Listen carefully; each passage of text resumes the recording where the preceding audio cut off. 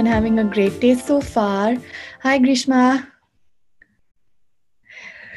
Hi, so yes, we are ready for our next talk. I'm Sukruta and Grishma is here to give the next talk. Just before we get started, the same set of housekeeping rules. First is we're recording. We're going to share in a week. Please post your questions not in the chat, but in the Q&A. So you see the Q&A button at the bottom, click on that and post there. If for some reason we run out of time and we can't get your questions, we'll have a record of it and it's easy for us to find later and get you your answers later. So please share on social media, #GGXElevate, and look for job postings on our website at girlgeek.io/opportunities. We've also been having throughout the day viewing parties at various companies. So shout out to Zendesk, Strava, Guidewire, Climate, Grand Rounds, Netflix, Change.org, Blue Shield, Creo, and Salesforce Portland office.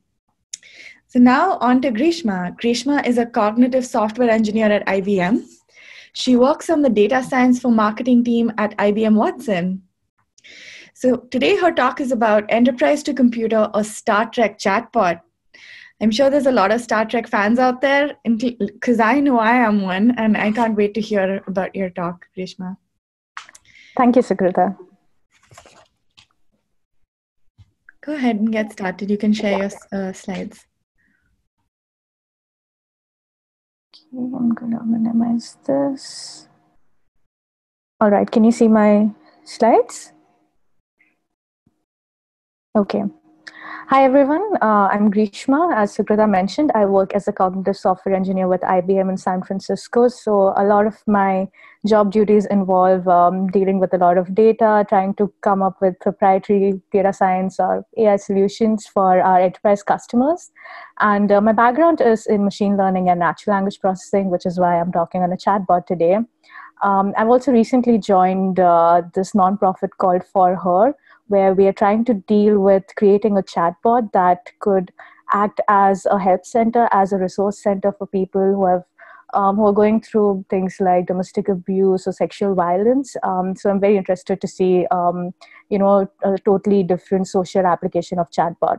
But for today, we'll focus on something fun. And before I begin, a very happy Women's Day to all of you out there.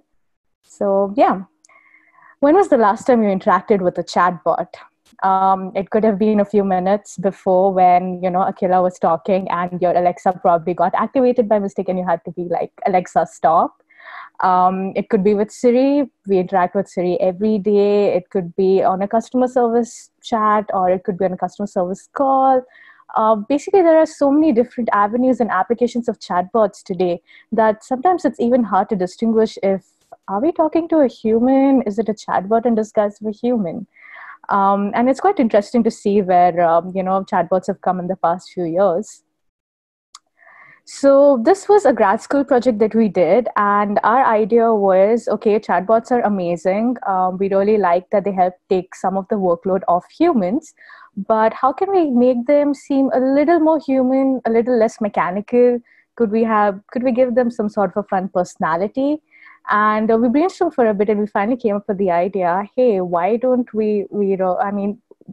well, to be honest, we weren't that big fans of Star Trek, but we did become one during the course of this project. And we were like, okay, let's take up Star Trek. It has a good white fan base, and let's try to not pick one single character from Star Trek, but let's take all of the characters and make this huge mix of references and trademark dialogues and see what kind of personality that chatbot would have.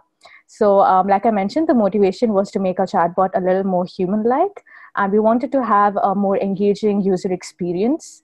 So the application of this could be, it doesn't have to be something related to, like an entertainment industry.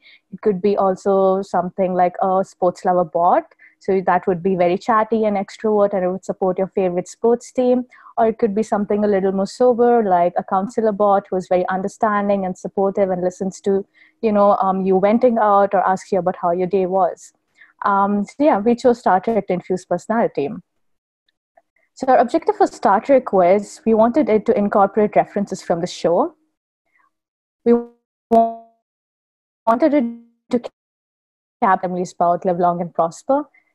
We wanted it to be data-driven model. We did not want to feed in dialogues. We wanted it to just feed in a corpus and have it generate dialogues on its own.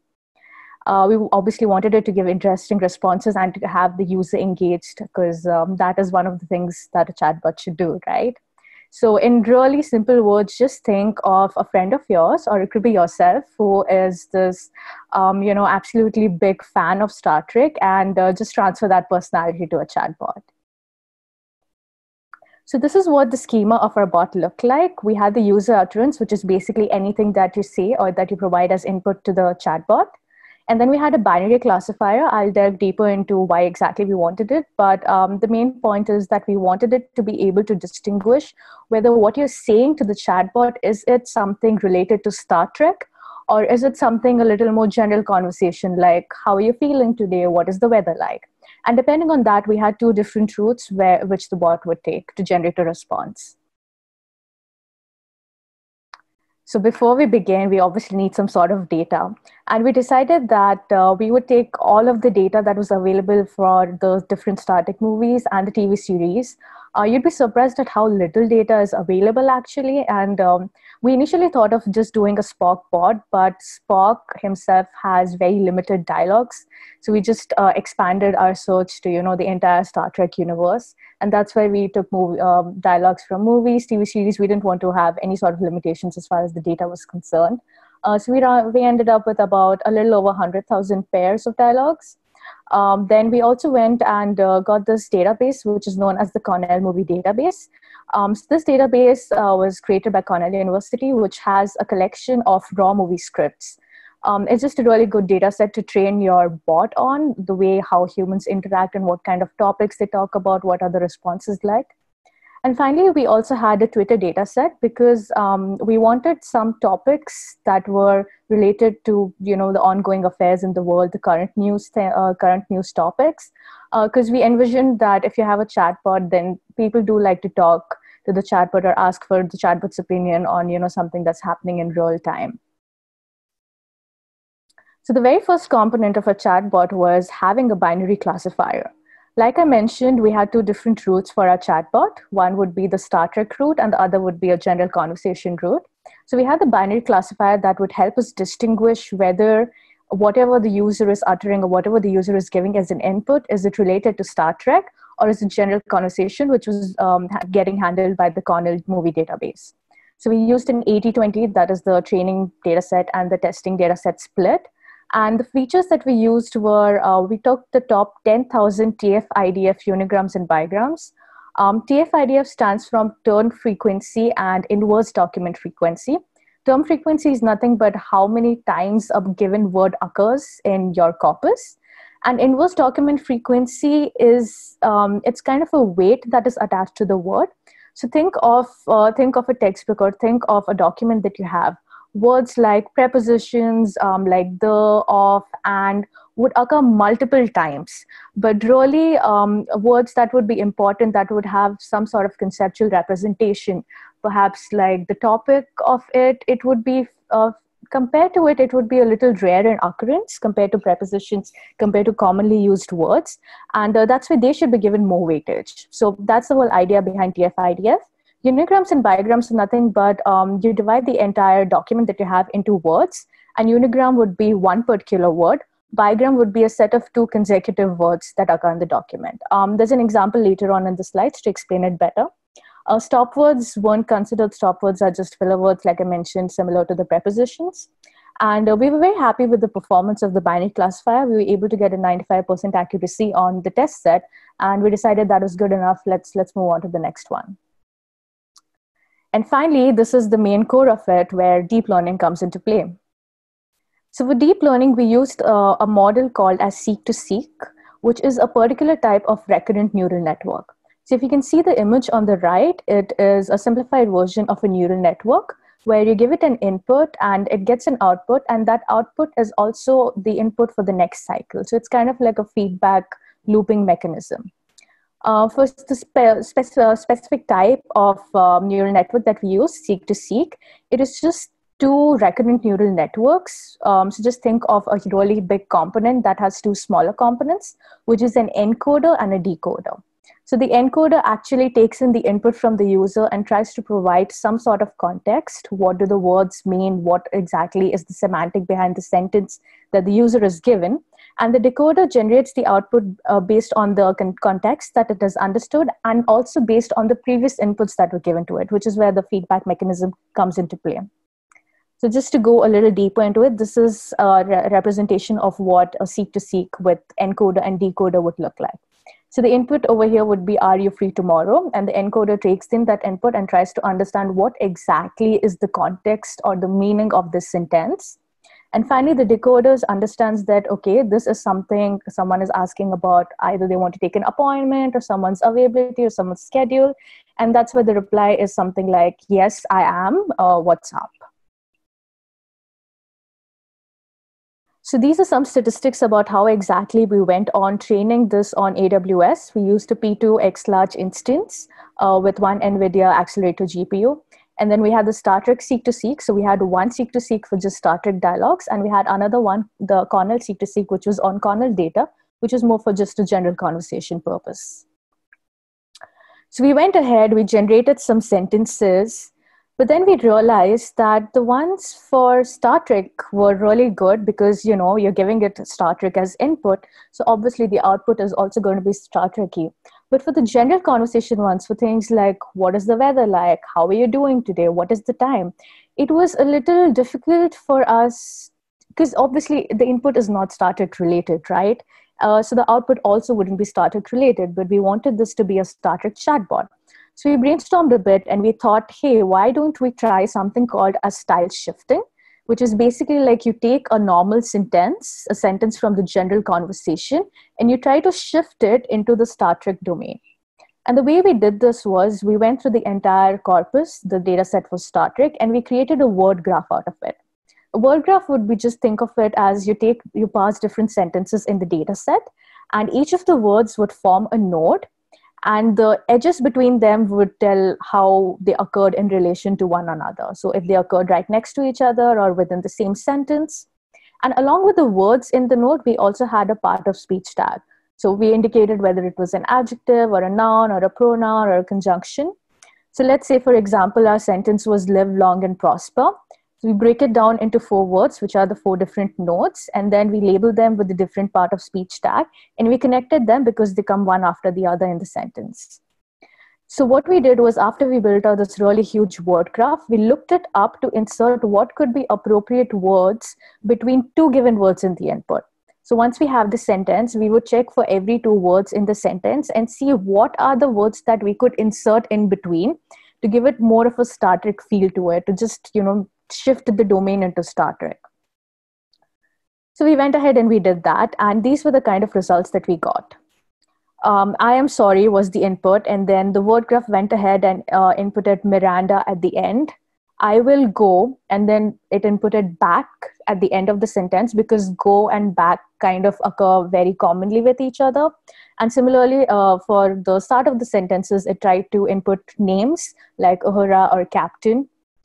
So one thing we noticed, it was really good at inputting names at the start and the end of the sentence, and using the character names from the show did end up giving it a slightly more Star Trek feel than before.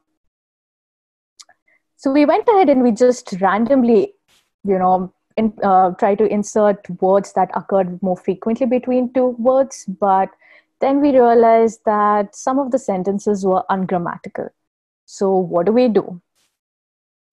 So we came up with this idea of, let us use the word graph as it is, and then let's take some sort of a filter to our responses. So like I said, we realized that the word graph was giving a few incoherent and incorrect responses.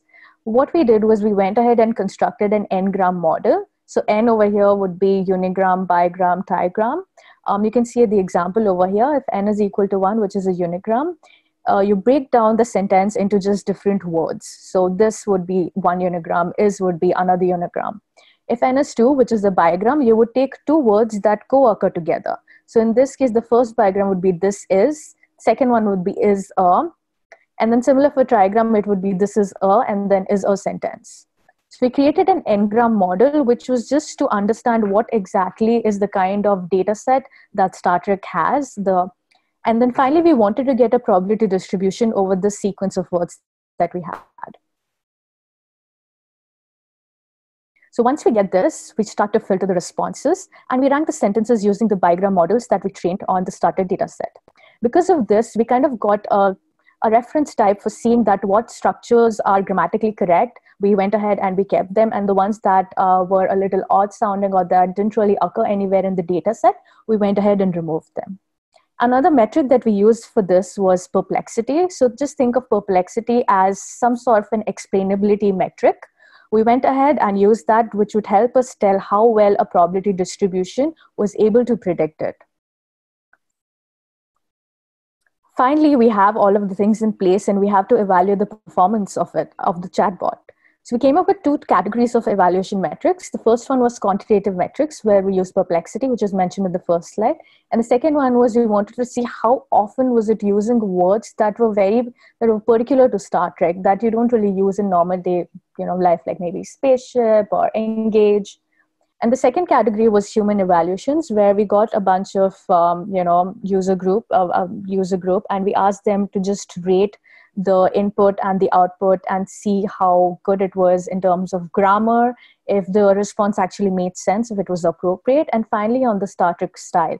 That is how Star Trek-y did it sound.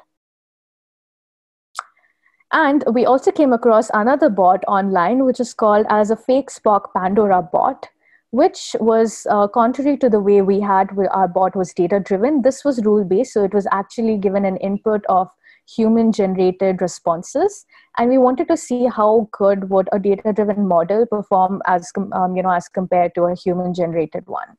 So this is just what the fake Spock Pandora Bot looked like. And these were the kind of responses that the Pandora Bot gave. If you said, "I'm hungry, Captain," it said, "What will you be eating?" So it's giving really good, appropriate responses because humans were, the backend for this. And then what we did was we went ahead and evaluated the results. And we saw that our bot was performing better for Star Trek style, and it also was a little more coherent.